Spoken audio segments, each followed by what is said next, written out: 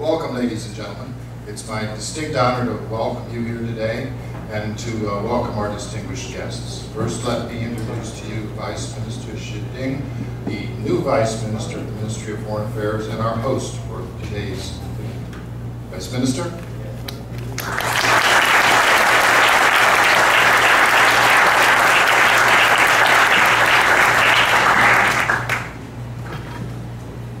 President Ma,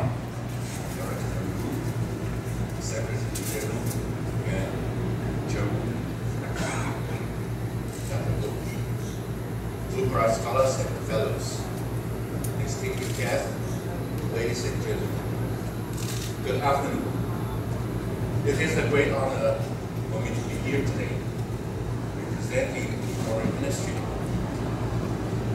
Let me begin by expressing my deep and great appreciation to the President for having so graciously agreed to deliver our keynote speech today. It is our pleasure to host today's single lunch in honor of the 2012 to 2013 U.S. Fulbright Grantees Research Workshop. I would like to offer a particularly warm welcome to all of you who are joining us after a journey abroad. The Republic of China is a close political, economic, and security partner of the United States. Indeed, Taiwan-U.S. relations are closer than any time in the past 60 years, indicating the success of our policy of a viable diplomacy initiated by President Ma in year 2008. By alleviating cross-strait tensions, expanding Taiwan's international space, and opening a new chapter in Taiwan-U.S. ties, we have made a significant contribution to regional peace and stability. Cross-strait relations are also at their best in 60 years. By boosting the number of cross-strait regular flights to 616 per week, welcoming to 2.23 million tourists, and enjoying $162 billion of bilateral trade value, Taiwan has also kept its reserve of soft power as we have increased cross-strait exchanges. The spirit which drives cross-strait rapprochement is not dissimilar to that behind the Fulbright program. Established at the behest of the Senator William Fulbright in 1946, this distinguished program aims at building lasting world peace by increasing mutual understanding through international exchanges. In 1982, while studying for my master's in Georgetown, I surprised to see Senator Fulbright one day. He so graciously accepted our invitation to talk about your foreign policy, during which he mentioned that we must overcome a tendency toward arrogance of power. He emphasized that the tendency of great nations to equate great powers with virtue and the major responsibilities with universal missions was no longer applicable. Indeed, the Fulbright program over the years has manifested that promoting understanding through visits and scholarly exchanges achieved great and long-lasting effect beyond the scope of what can be achieved by more conventional or simple ways of exercising national power. As for Taiwan, we are committed to the ideas that engagement creates room for better understanding. Taiwan is a free and open democracy, and we will continue to play to our strengths in the era of smart power as we engage the world. And now, without further ado, please welcome with me with Dr. Loki to introduce the president. So I now have the 4 minutes.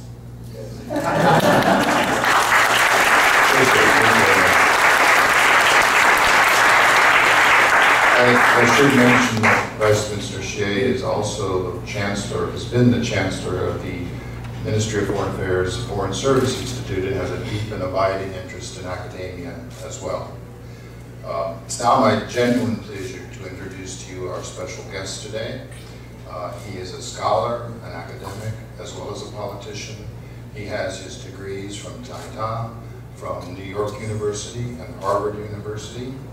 He is a participant himself in international educational exchange. As you know, the shorthand version of Fulbright's vision for the world was a world with a little more knowledge and a little less conflict. And he has been a participant in that, active in that, and has certainly demonstrated that both in the way he has shepherded Taiwan through the severe financial crisis that occurred since his election, first election, and also in the way he has decreased tension across the South China Strait, across the Taiwan Strait. It's my genuine pleasure to welcome President Ma Jing-joeu, President of the Republic of China.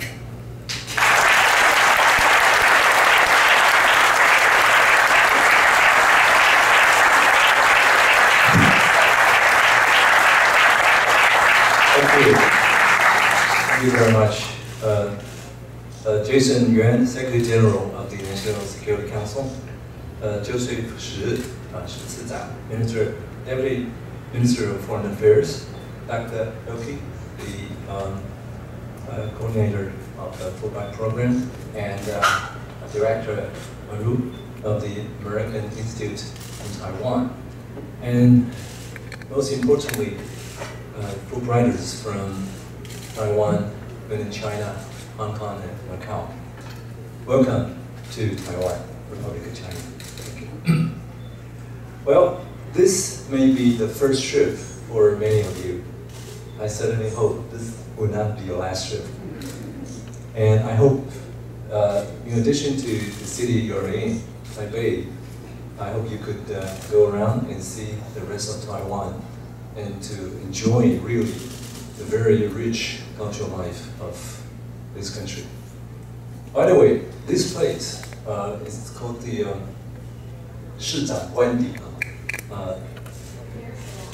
Mayor's Lodge. Should have been my residence when I was target mayor. But my predecessor decided for this use.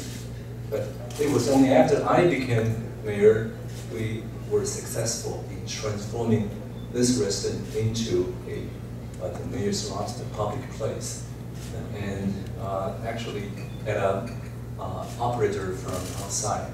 So I'm very glad to come back to quote unquote my former residence.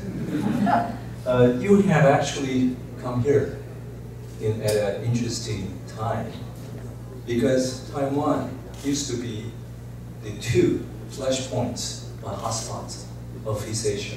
The other one being Korea Peninsula or North Korea.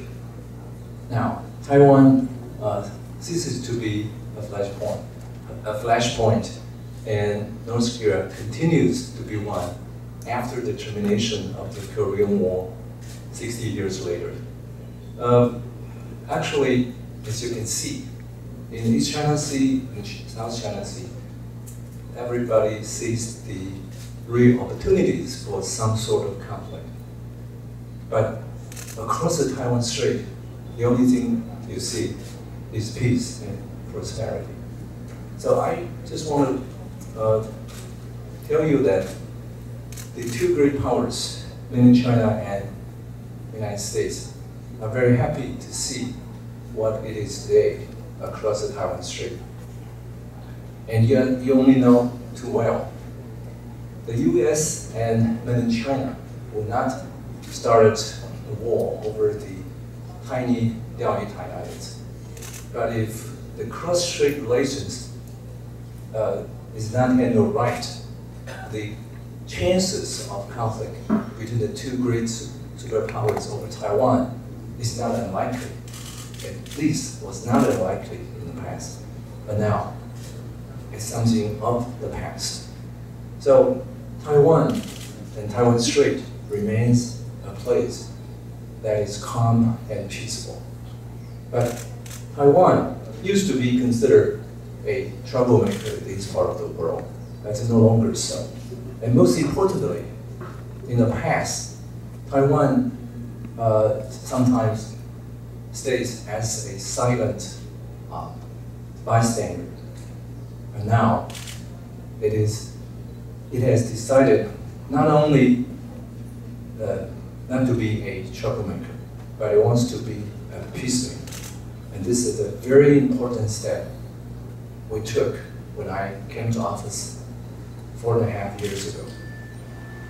And this is also the reason why I put forward the East China Sea Peace Initiative August last year, even before the Japanese government announced its plan to nationalize the group of small islets in the East China Sea.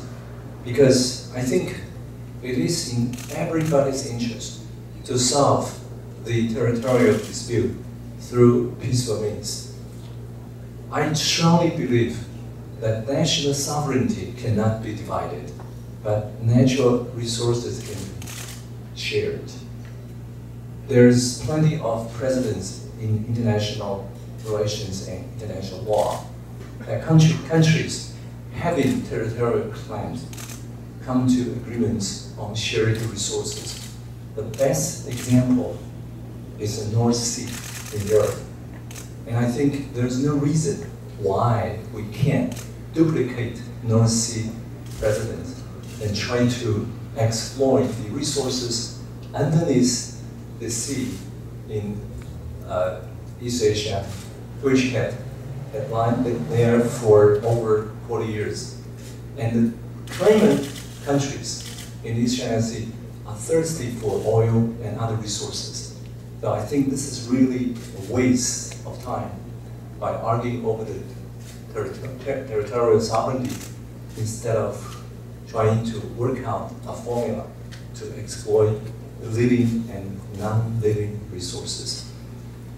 We understand why Japan wants to nationalize the Delta Islands, and we also understand why mainland China was so furious about it. And making some concession on this issue could certainly hurt their nationalistic feelings. But it is really time for all the claimants, including Taiwan, to take concrete steps to peacefully resolve the differences. I also want to let you know that if we go ahead and do that, we could just shelve the territorial dispute and start to negotiate on the possibility of exploring the resources.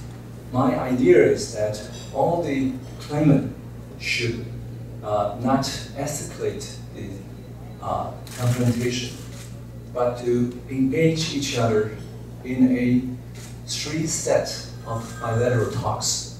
Mainland China and Japan, Japan and Taiwan and mainland China, for the first phase of negotiations. And then, if there are concrete results, they could move forward to 1 step, but three parties, thereby creating the possibility of a peaceful solution of the dispute. I keep reminding our friends in Japan and mainland China, shelving territorial dispute, not shelving territory or sovereignty. You don't have to shelve your sovereignty. You could keep your territorial claim intact by shelving the dispute, because that is just what we call provisional measures, which is also allowed under the 1982 Law of the Sea Convention. What we're trying to do is that in this part of the world, peace is the paramount value that all the parties should observe. And Taiwan plays an important role with clear advantages. We are located right in the middle of East Asia. Korea could call itself locating in the center of Northeast Asia. Singapore could call itself locating in the center of Southeast Asia, but only Taiwan could claim we're located in the center of East Asia. Because it is just a matter of fact. And people here, many of them speak fluent English and Japanese. So they have this advantage to play this very special role. But you know, most of the people don't get used to Taiwan having such a visible role in the past. Because usually we have been asked to keep silent, or we have been asked to don't speak. You just listen to what people speak to you. But you see, this is something that Taiwan should stand up and let other people know that we could and will be playing a part in trying to achieve a peaceful settlement of the dispute in this part of the world. Well, and one of the reasons for that is we have already improved relations with the Chinese mainland, with Japan, and with the United States in the last 4.5 years. As you know, we were engaged with the mainland in a very bloody civil war more than 60 years ago. Hundreds of thousands of people get killed. At the beginning of 4.5 years ago, we started to resume the interrupted talks with the mainland. And in the last 4.5 years, we've been able to conclude 18 agreements with the other side of the Taiwan Strait. I'll just give you an example. Before I came to office, there were no commercial scheduled flights between Taiwan and the mainland. There were sporadic charter flights on special festivals. But ever since July 2008, we started commercial flights. Now, for each week, there are 616 flights per week. This is a sort of almost a revolution in the air traffic between the two sides. At the time, there were roughly less than 200,000 visitors from mainland China this year. But last year is 2.58 million. And the total number so far has reached over 7 million. And there, I just talked to Dr. Maru, that for each year, there are at least 13,000 exchange students coming from mainland studying on our campuses, and roughly 1,800 registered full students. We want to change that to more. So for the coming fall, we will accept more foreign students and exchange students. In addition to that, we also add a new category. The technical college graduate from mainland China come to Taiwan to study for 2 years and get a university degree for vocational education. So we're trying to encourage the young people from two sides to make friends at a much earlier stage of their life, so that we could pave the way to learn long-term peace and stability. In addition to that, we have also enlarged the economic and other intercourse with the Chinese mainland. We concluded the economic cooperation framework agreement in 2010.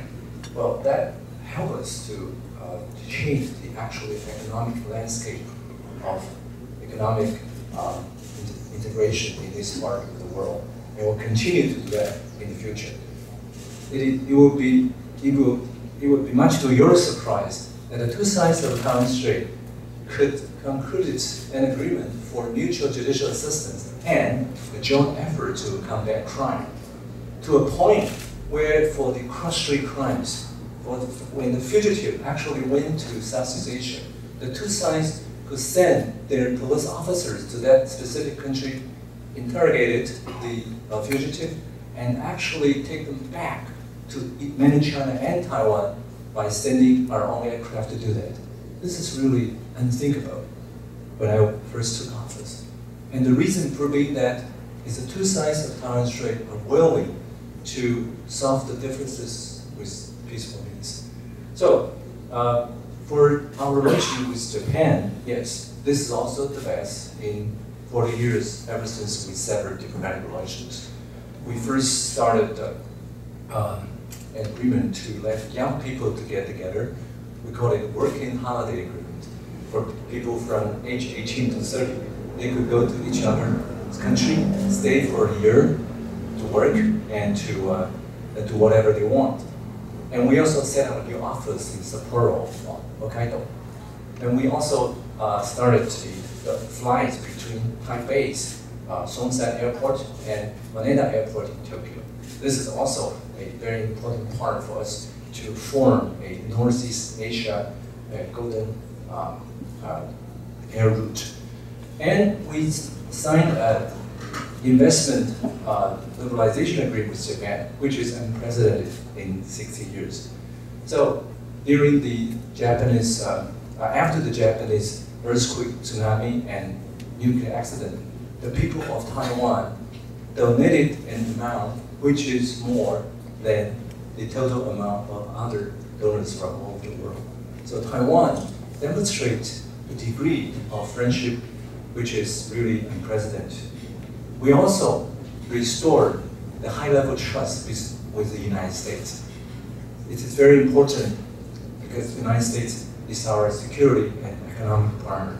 This was well said by former Secretary of State Hillary Clinton 2 years ago, which attended a conference in Honolulu, Hawaii.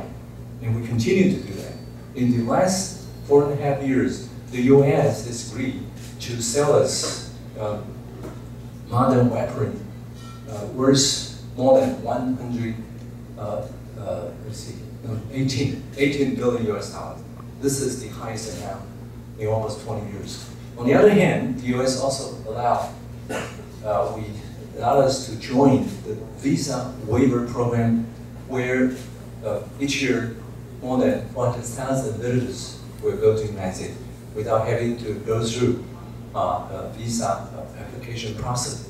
That's actually a great loss to AIT, or the American Theater in Taiwan. And I'm surprised that he could still smile. But Chris, I can assure you, for all these 400,000 visitors, they are all very serious shoppers. The United States also helps us to participate in international organizations such as World Health Assembly and others. And we appreciate the remarks of the former Health Secretary, Sebelius, the words that no specialized agencies of the United States could unilaterally determine the status of Taiwan. We appreciate that, and that also helps us. So you can see, we try to maintain good relations with mainland China, with the United States, with Japan, so that we can not only survive, we will play a role as a peacemaker. And this is very important for Taiwan. After all, Republic of China is a peace-loving country.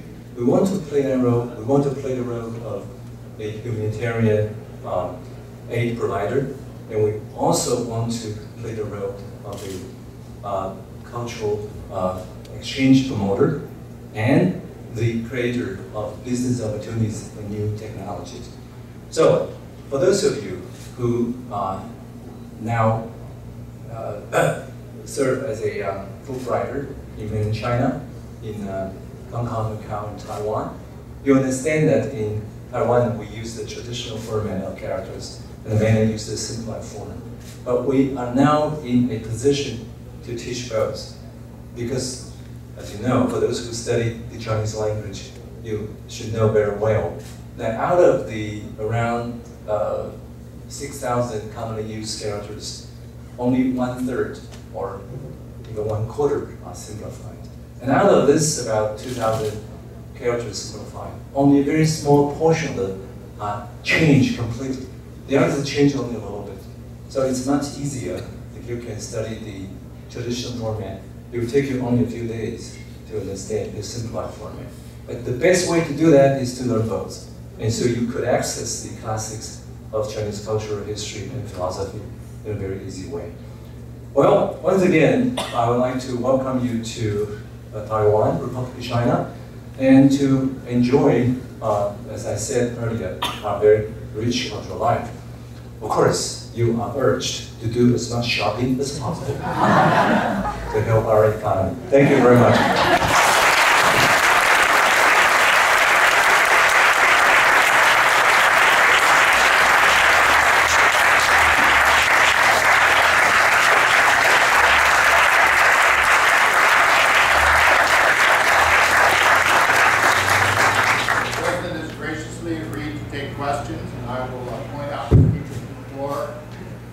If you would stand up, identify yourself, and ask your question. So we have some questions from the audience.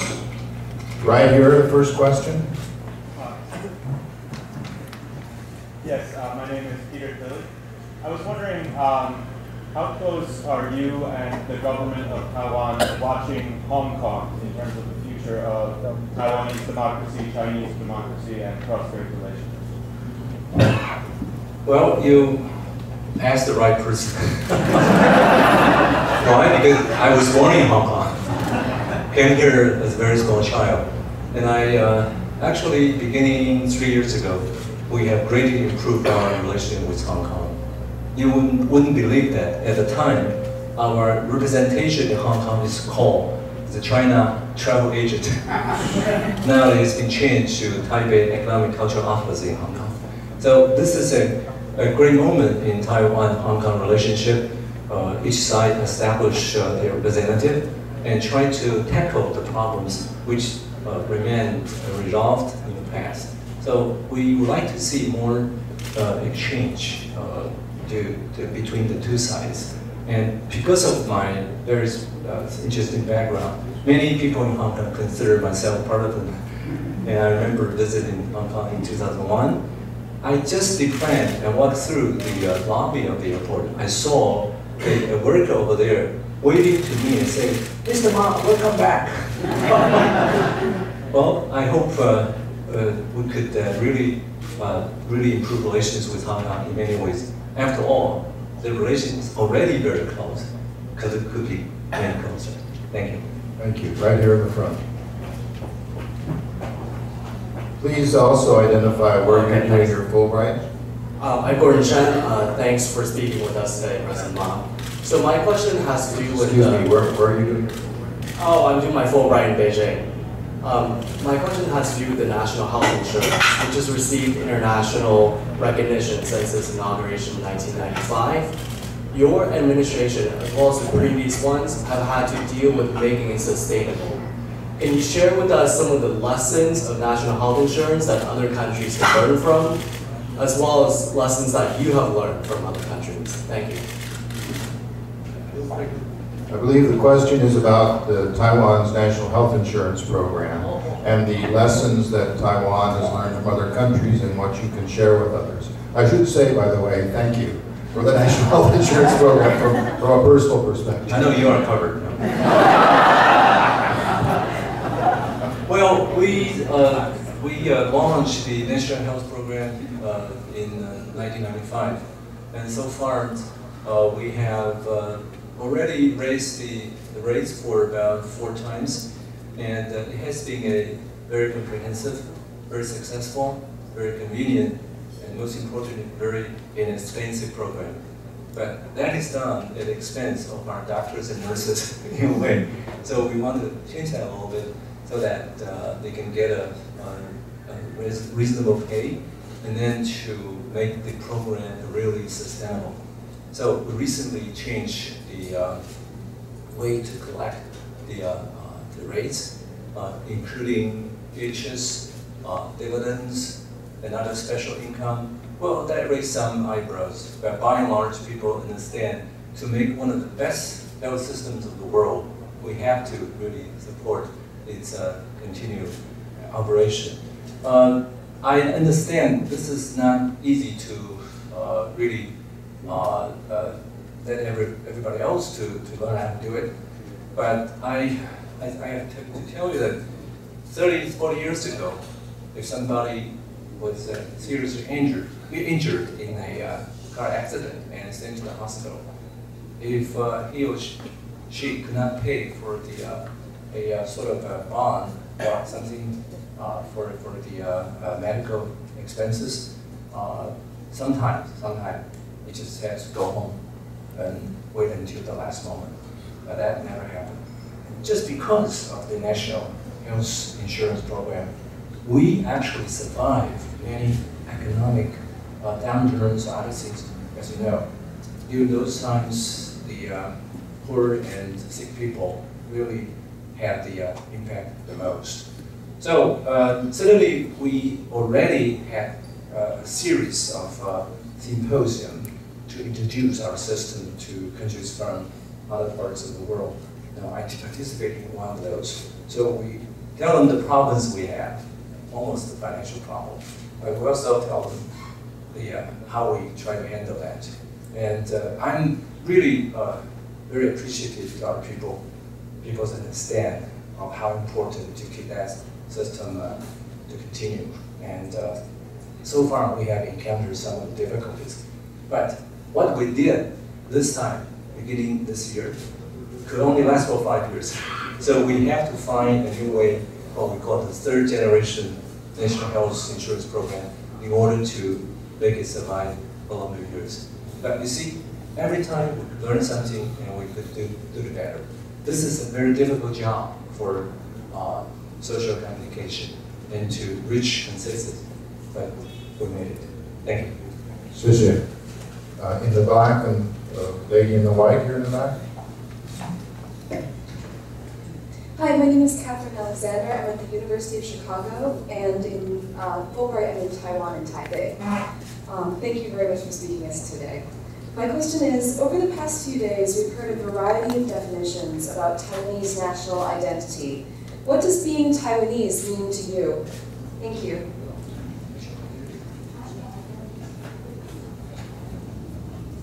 Well, this is a very interesting question because different opinion polls have different results. For those of us, of course, culturally, history, and ethnic ethnicity, we are Chinese. On the other hand, we do have difference with the Chinese mainland. So when we reached an agreement with mainland China in 1992, called the 92 Consensus, the content of the consensus is that either side of the Taiwan Strait stick to the one China principle, but they do have different definitions of that one China. And so this is a very interesting formula, and some foreign scholars call it a masterpiece of ambiguity. But it worked. It worked.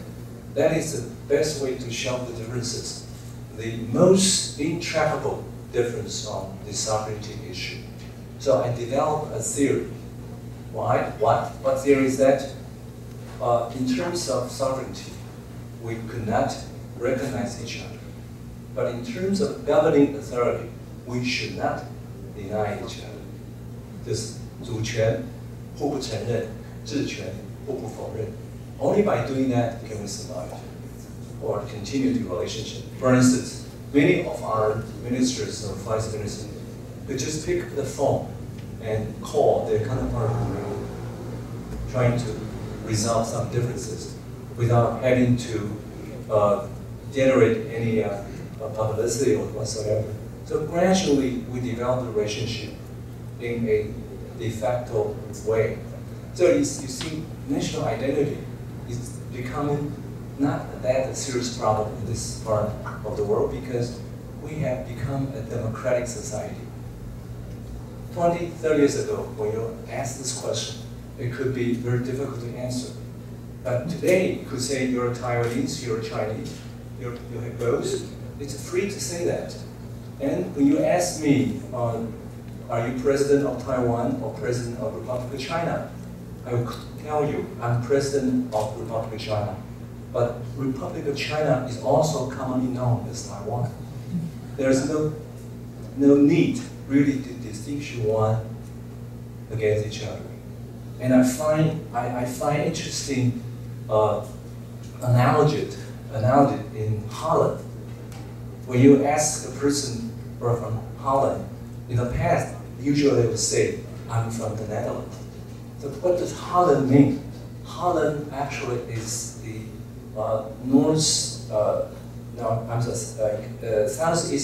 southwestern part of the Netherlands, encompassing the city of Amsterdam, The Hague, and Rotterdam. So a lot of people use Holland for the Netherlands. So it's a common name. And so by doing that, we somewhat really dilute the temperature of the two different identities. So I don't believe that is a vital difference anymore. Myself, I was born in Hong Kong to a parents coming from Hunan. And our ancestors came from Shanxi, and that was 2,000 years ago. And I was brought up here, and I studied and worked here for more than 50 years. And I consider myself Taiwanese, but I'm also a national of the Republic of China. Culturally, in terms of history, in terms of ethnic background, of course we are Chinese. And we have so many Chinese cultural traits in this country. So there's no reason that we couldn't really share that with each other. So it is still a problem only in the minds of increasingly fewer and fewer people. And I don't worry too much about that anymore. Thank you. 谢谢。Gentleman right. 总统好。My name is Terry Yang Vanderkijk, and I'm research environmental pollution in Beijing, China. Around December 2004 at the Association of Third World Studies conference, you told me that strong relationships and ties with family, especially your mother, are very important aspects of living. So since then, since you became a global leader at the international stage, how have your relationships with your family and friends changed? And broadly speaking, how have you changed personally since then?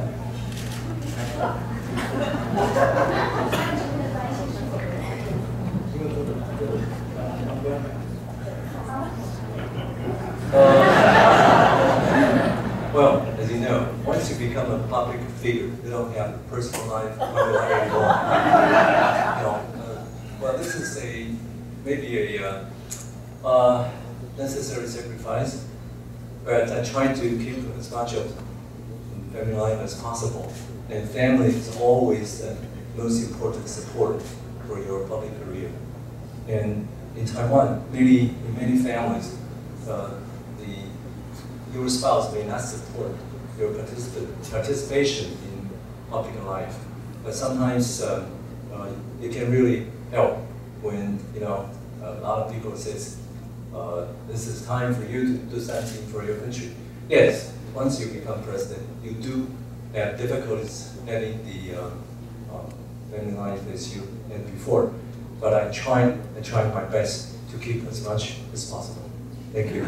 谢谢. Let's go over here to the lady in red, and then we'll go to the back of the room next, back here. Hi, my name is Julia Nedro. I'm based in Xi'an. I'm wondering what initiatives your administration is taking to involve more women in government. More women in government? Well, we've tried our best. And, well, at least in terms of our national parliament, the 立法院, 33% are ladies. And I think it's very, very high.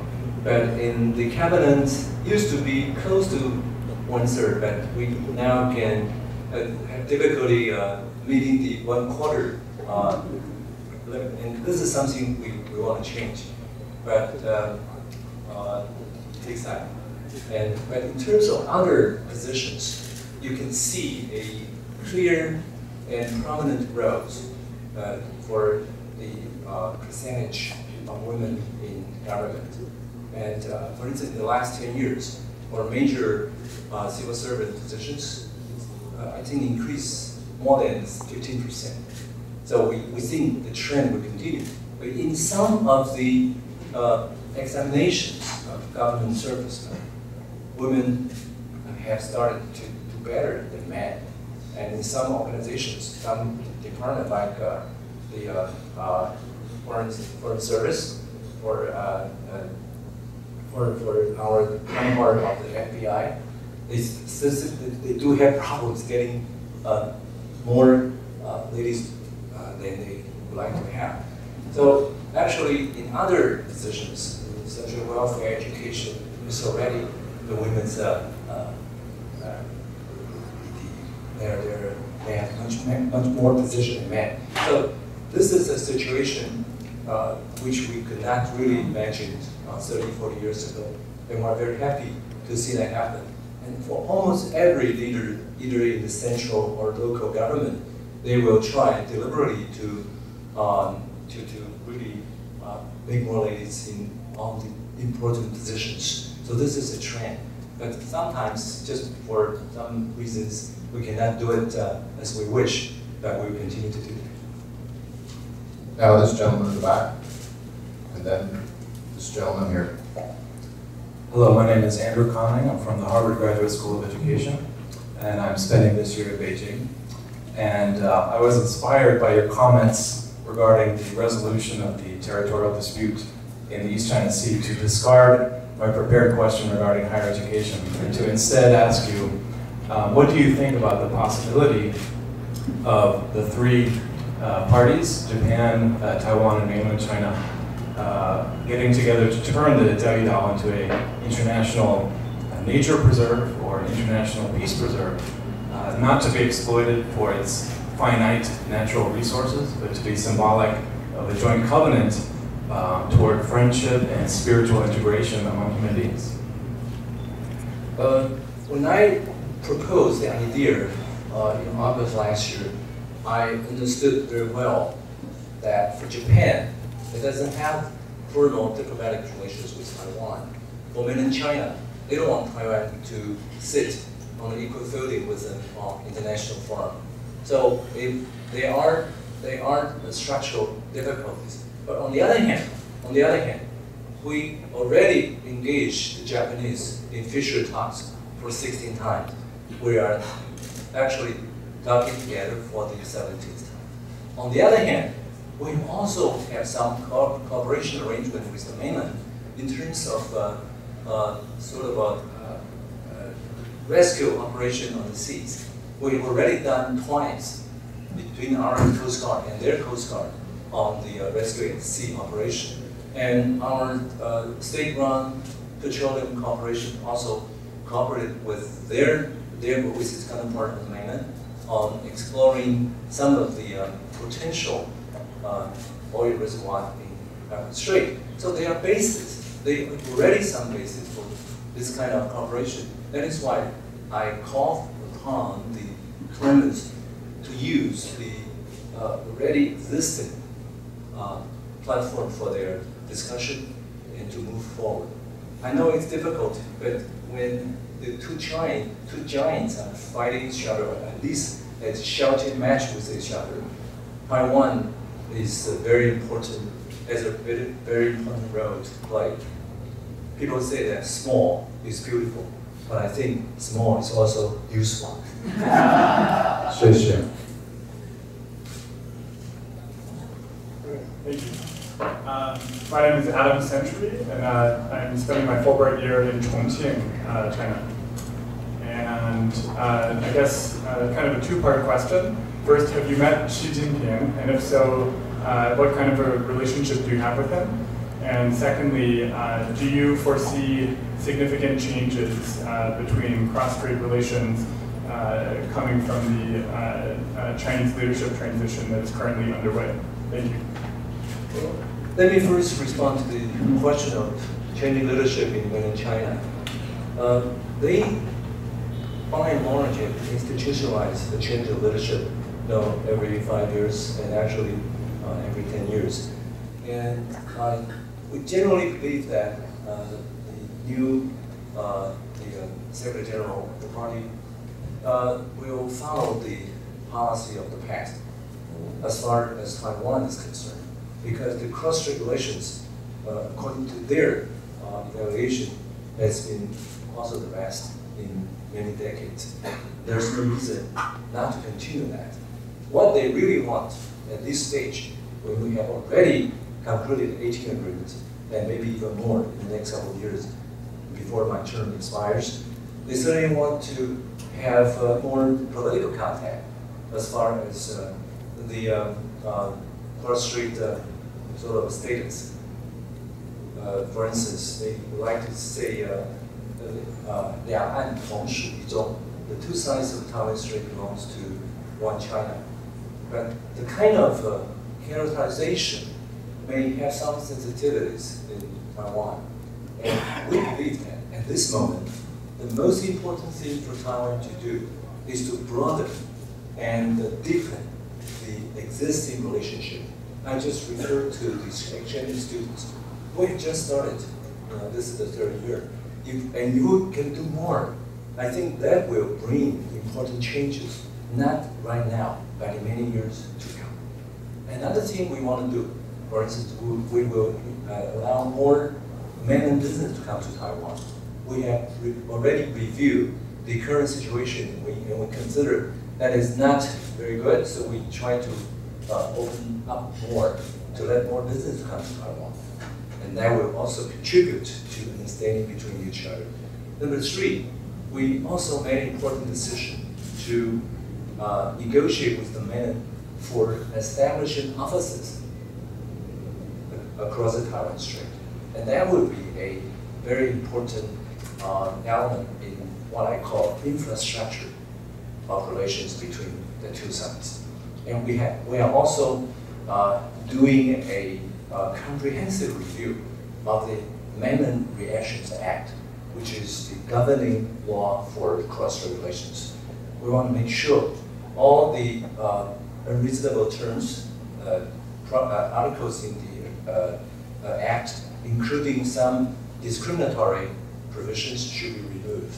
So I think bit by bit, we will build a relationship, which is built based on old relationships, but which will have many new features. And this, I believe, is more important than the so-called political relationship. Why? Because if you come to the political relationship, you have to face the very difficult question of sovereignty. As I said, this is really intractable. And 23 years ago, we decided to shelve it. And only by doing that can we move ahead. So I don't think we have to go that far. But by changing the infrastructure or refining the infrastructure, I think both sides will get more without having to touch some of the difficult issues, which we may not be able to solve that in many years to come. Thank you. Now this gentleman here. Oh, by the way, I haven't met Mr. Xi before. I have nowhere to meet him. Well, people always ask me whether I want to visit the mainland. Well, the most difficult part of that kind of exchange of relationship is how do we address each other? And people here would not accept that I've been addressed as Chairman Ma or Professor Ma. That's not acceptable. I have to be addressed as President Ma. But I think that would be very difficult for them. Well, the same problem is also with us. If I call him the official title, that may cause some kind of speculation.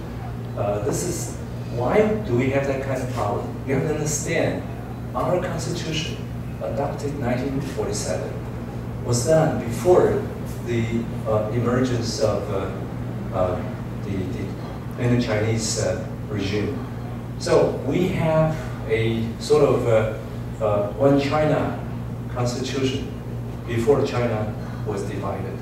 And even today, in our constitution, particularly in the amendments which were done roughly 23 years ago, the preamble of that says these articles are amended for the special situation of China without limitation, so before the invocation of all China. So that kind of framework already spelled out a very important concept of one China constitution. But that is why we cannot recognize the existence of another country on our territory called Chinese mainland. They also had that same problem. But I told you, this problem could be solved for the moment by, first of all, not recognizing each other on the de jure basis, but not to deny the existence of each other on the de facto basis. That is why when we call up our minister, call up their minister over the phone, they don't have to deal with that difficult problem. They only have to deal with tariffs or non-tariff barriers. So this is probably the best way to solve the problem. Thank you. This gentleman right here. Hi, my name is Jesse Appel. I'm in Beijing studying xiangsheng. I was wondering, what do you see, because of the common culture between Taiwan and the mainland, do you see the exchange of arts as a way to bring the two groups closer together? And specifically, what is the role of comedy and humor in that exchange? Well, that already happened. You know, in recent years, maybe in the last 10, 15 years, the best xiangsheng actually, I've heard in Taiwan, also have some connections with the Chinese mainland. Quite a few xiangsheng players exchange visit between Taiwan and the mainland. So if you're interested, I could introduce you some of the best players from Taiwan. Yeah. Now this is a form of art I also like very much. Thank you. This gentleman right here. Hi, I'm Simon Levin. I'm in southern Taiwan, in rural Tainan County, at the University of Arts. And often, as Taiwan, it's exciting to be in Taiwan as Taiwan defines itself. And often that's the role of the artist. So I'm curious, what is your government, how do you help artists? What kind of initiatives are there to support the arts? Secondly, I'd like to point out that often there's a strong relationship between art and shopping. Well, this is also a good question. As you know, Taiwan and the Chinese mainland share a common heritage of Chinese culture. So many Taiwanese form of art originating from mainland China. But in also many cases, actually we've done better. For instance, for the Gezai because when I was Taipei mayor, I invited the Gezai players from Xiamen, Amoy, and Singapore and Taiwan. They performed and engaged in some sort of competition. Obviously, I think ours is better. Well, I might have some prejudice, of course. Well, so ever since I became president, I tried to promote idea of developing a Chinese culture with Taiwanese characteristics. And this is obviously it's possible. And you don't have to say the form of art in Taiwan are not Chinese. Or reading you can get in China. But certainly in some of the areas we can do better. But in other areas they could do better. So this is good reason for exchange. For instance, when I was mayor of Taipei, I met a visitor from Beijing who is a specialist in Beijing opera. He asked me, so whether the kind of problem they had in mainland, young people do not like to watch the Beijing opera, whether that happened to Gezai in Taiwan. I said, no. I said, young people love it, and even school children, because we set up the program over there to teach primary school students Gezai. So Goethe actually become also very popular among young people. And you have a chance to visit some of the performances, particularly outdoor performance. You can see this is always create a big crowd. So I think that they have to do some changes. For instance, I remember one Goethe which is called about Ba Xian Guo Hai, the story about 8 fairies crossing the strait, not necessarily to Taiwan. But they compete. They compete to see which one will sort of outrun the other. And so there are a lot of stories originating from that. In one scene of the performance, the 2 guys fighting each other, and just so funny. One guy even said, "Hey, you, look at me." They speak English. Sounds a little bit absurd, but it's just so funny that everybody enjoying that. I'm not saying that you have to use foreign language in Taiwanese opera, but many Taiwanese opera players of playwright are very creative. They could also use modern and video and other techniques to make that very lively. So I think you can always use modern technology to help the traditional form of art. Another thing I like to share with you is that calligraphy. Again, in Taiwan, there are less people than before to learn that calligraphy. But when I was there, we do have teachers who use computer to teach their students how to use how to practice calligraphy, and they are obvious good results. So when there is a competition of calligraphy, you can see that particular primary school, Ying-jeou, not far away from the Taipei city government, always excels. But I think there's no really competition or confrontation between traditional culture and modern technology. People use one help the other one. So I have full confidence that we will continue to do this, developing Chinese culture with Taiwanese characteristics. Thank you. Lady back here, and some more hands, and this lady in the front, this gentleman back here, the lady back there in the corner. Yes, ma'am. 谢谢马总统. My name is Emily Alberg. I'm studying education and psychology this year in Xi'an.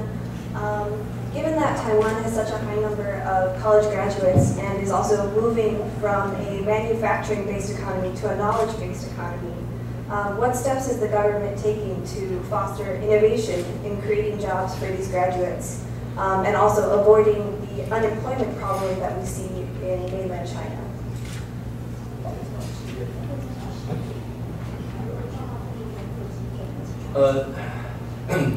There is a structural problem currently we have. Quite a few businesses moved to mainland China to set up a factory over there.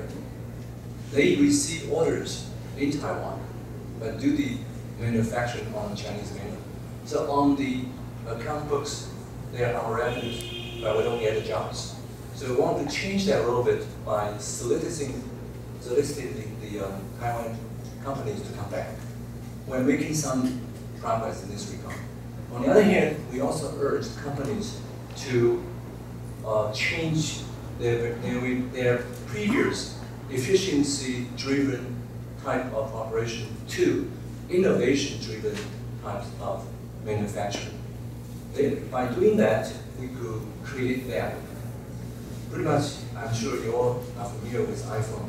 Actually, a large chunk of that is manufactured in mainland China and Taiwan, but we didn't get the largest part of the profit. And this is something that we have to learn. And there are companies who are doing that change, but it takes some time. So in terms of wage level, we still have some way to go. But I think we're on the right track.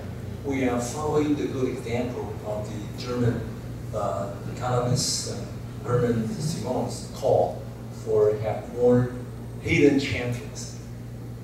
Companies that excelled in their own field at the top 3 of the world, but it's not a very big So by doing that, and hoping in the next couple of years we could make good results as a result of that. We're also trying to develop sort of import institution technologies, which are basic to our industry, but currently we don't have. So we could make very beautiful, very selling very good handsets, but maybe a large part of that, the key components were important. So we want to change that. And this is a uphill fight, we understand. But not by doing that, we will never be able to earn more. Thank you. I think we have a lady here, then this gentleman, and then a lady back there. Good afternoon, President Ma. Thank you for talking with us this afternoon. Thank you for that speech. My name is Manning Ding. I'm based in Beijing studying economic development. And I was interested and very impressed to see that you had obtained multiple degrees from abroad, including a doctoral degree from Harvard Law, writing on the law of the seas. And we actually heard from a number of politicians from both DPP and KMT, and they had actually, almost all of them studied abroad in America. So I have two questions from those observations. First is, you personally, how do you think your experience abroad has shaped your view of Taiwan and its place in the world? And secondly, I've noticed that a lot of the politicians we heard from also hold professorships in universities. So could you talk a little bit about the interplay between academia and politics in Taiwan? Thank you. Well, good question. Yes, quite a few of our high officials have foreign degrees, not just from the United States, also from Europe and from Japan. Well, this is a tradition which has existed for over a century. And I think foreign study does open our eyes to the world and learn something that we don't know or we overlook when we're at home. So always, actually, I first participated in international visitors program arranged by the State Department of the United States back in 1971 when I was a junior student in college. That was my first time to go abroad, and I stayed more than 70 days in the United States, visiting more than 20 states. That's an eye-opening trip for me. I also find, I also learned more about my own country than the United States. So when I studied in NYU and Harvard, I not only understand the American value, mentality about law, about social system, I also understand more about how America has become so strong in many ways. And one area is obviously the idea of a free and democratic society and the protection of human rights and the rule of law. And ever since I came back, I tried to borrow some from the things we learned. And you probably know that 4 years ago, I ratified the two United Nations Covenant on Human Rights. One on civil and political rights, the other on economic, social, and cultural rights. And that is a very important step to upgrading our state of human rights protection and to actually link it with the rest of the world. And just recently, we established a Human Rights Commission within the President's office. We published the first official report on Taiwan's condition of human rights, and we also invited 10 experts in this area from around the world to scrutinize our report in an independent way. They just finished their report and it was made public. Why did I do that? They also criticized some of our human rights practices, but I think this is probably the only way to let our people understand the concept of human rights is something that is across borders. And this is very basic to human life, human dignity. Well, that takes some time for people to understand. I started doing that when I was mayor of Taipei. And I think I was very happy to see the whole matter comes to a good development. So studying abroad always had that advantage. And we don't focus on the foreign academic degree as a condition for serving government, because different posts require different academic background. Another question about the difference between politics and academia. How academia affects politics in Taiwan? Because it seems like there's fairly high. My second question is the interplay between academia and politics, because it seems to me that compared to the United States and mainland China as well, there seems to be a higher degree of involvement with the academics and politics in Taiwan. Well, first of all, the two areas are very, very different. And the academia does affect, does influence politics in quite a number of ways, because modern days, many political questions do have their root in some technical or other question like environmental protection, for instance, like the whether we should stop the construction of the forced nuclear power plants. All this, the academia does have a lot of influence. But again, it depends on the leader, either on the national level or on the local level, whether to listen to those ideas.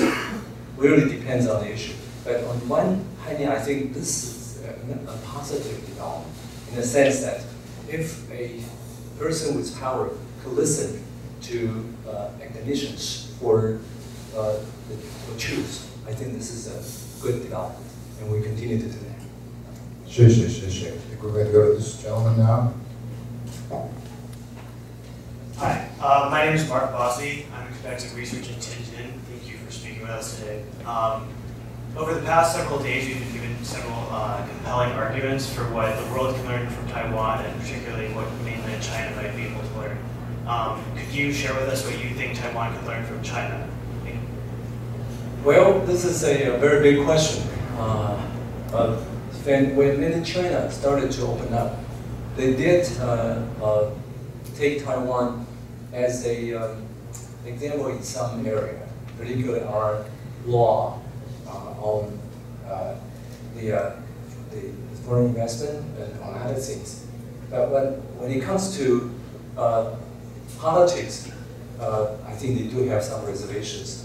They believe Taiwan may be too democratic, and it's not a little bit chaotic maybe. But so that takes some time to let them understand how a democratic society works. I think we won't tell the students coming to Taiwan or many tourists coming to Taiwan to do this and to do that when they go home. We just let them understand and feel with their heart to understand what is the essence of Taiwan's system. I think that's probably the best way to do. And I think as far as I know, up to now, that worked out pretty well. I think these many students understand Taiwan's goodies and baddies.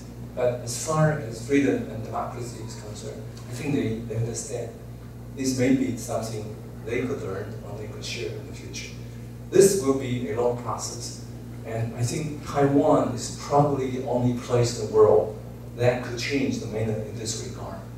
For instance, when I talk about every anniversary of the June 4th incident, I would always either deliver a speech or do something to make people understand our human rights policy.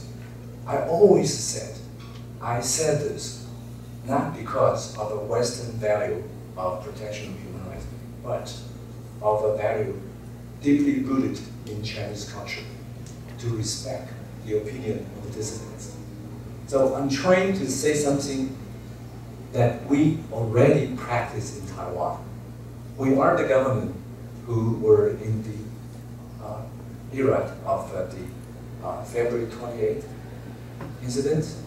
We were also the government when people said we had a white terror period.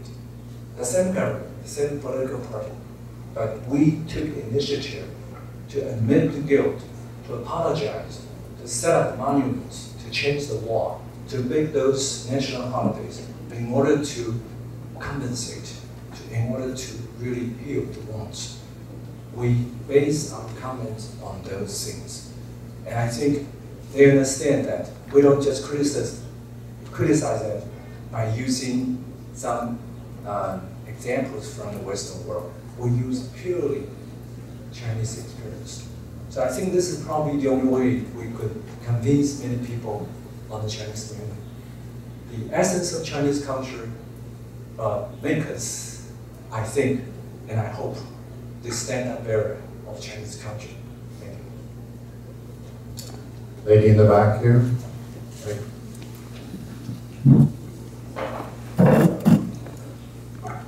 Hi, thank you, President Ma. My name is Xiaobo. I work in Beijing this year. I had a question, perhaps, I apologize if it's a little bit academic, I can't help it. But I wanted to maybe ask you to elaborate a little bit on how you distinguish sovereignty from governmental authority, particularly in terms of, you said several times this idea of shelving sovereignty or making it a non-issue.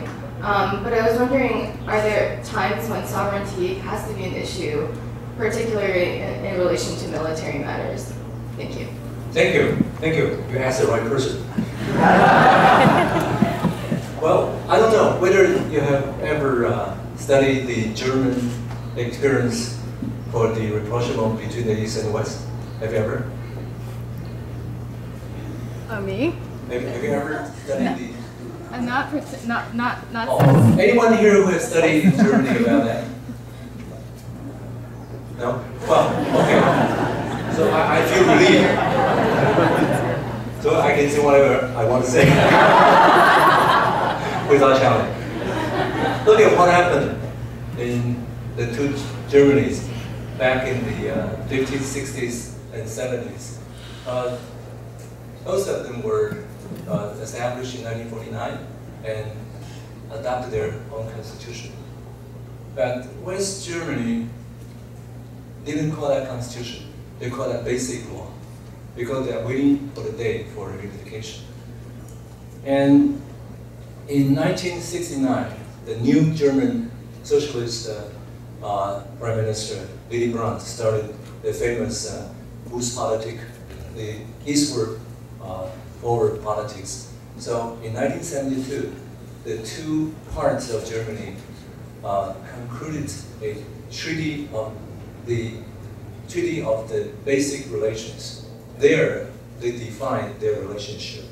They recognized each other's territory, but short of recognizing each other's sovereignty.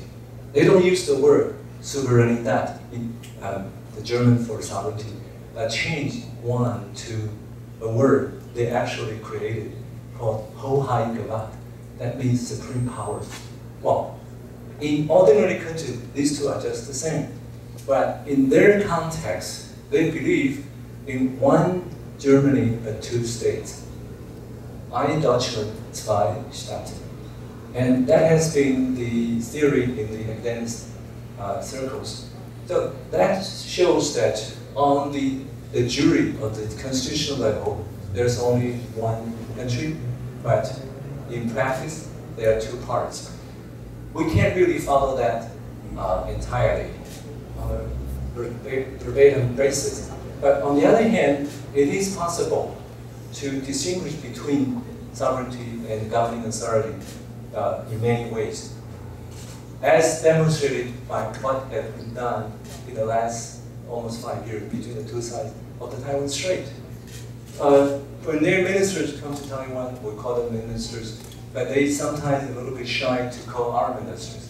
But gradually they also feel that it's nothing special because we won't really make a fuss about it.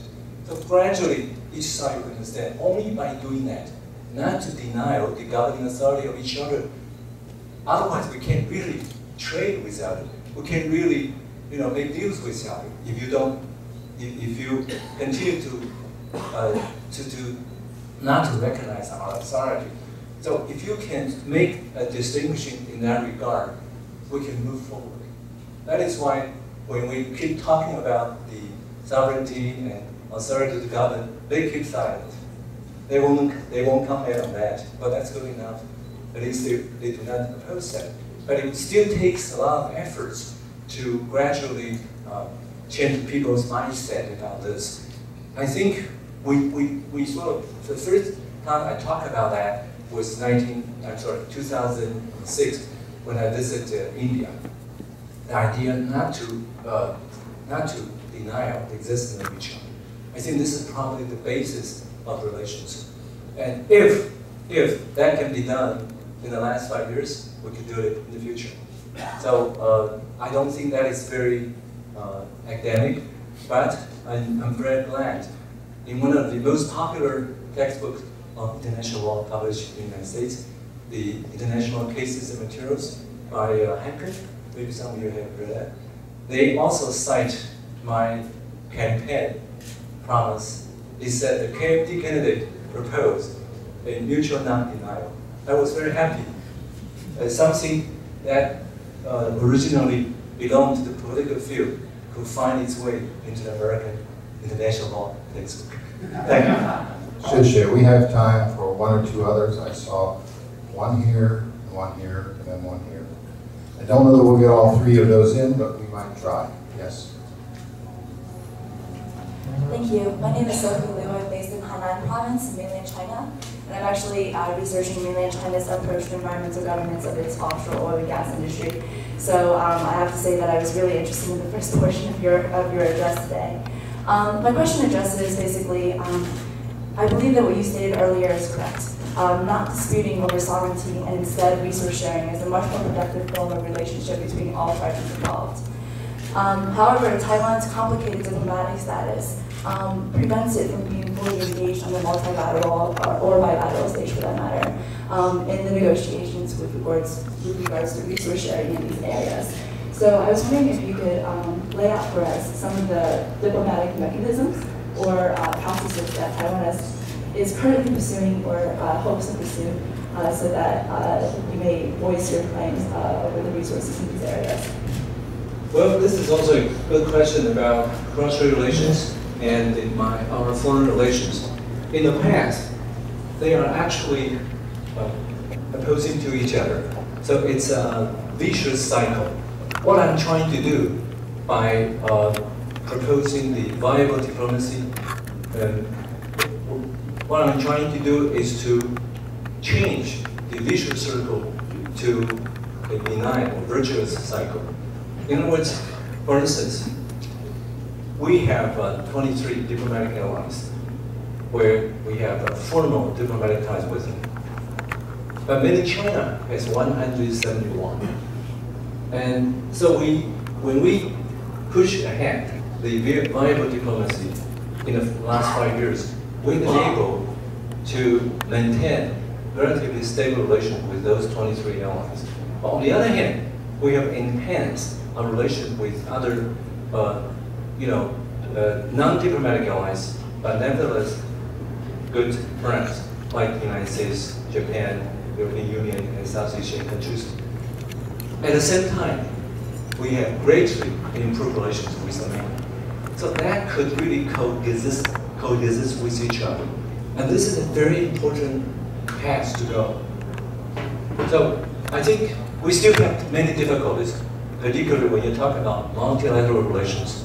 When we joined or rejoined the World Health Assembly back in the year 2009, we can only participate under the name of Chinese Taipei and in the capacity of an observer. But observer or full participants, we can attend all the technical and policy meetings to demonstrate what we've been doing on this island, on national health program, on anti-tobacco movement, and on the program to reduce obesity in the country. I think so we can meaningfully participate in international activities as a result of a better relation with the Chinese mainland. These two could coexist, at least to some extent. But at least we can have more international room than we had 5 years ago. We will continue to do that. So maintaining the diplomatic allies intact and trying to enhance the substantive relations with other countries. For instance, we are negotiating an economic cooperation agreement with Singapore and with New Zealand. This cannot happen in the past. So you can see the very concrete progress by pushing ahead the viable diplomacy approach. I think we continue that as well. Thank you. I know that there are half a dozen more questions. I apologize to those of you whose questions we didn't get to. We need to conclude the session today. I think, Mr. President, it's remarkable that you would spend this much time with us. We are deeply, deeply appreciative of that. Thank you very much.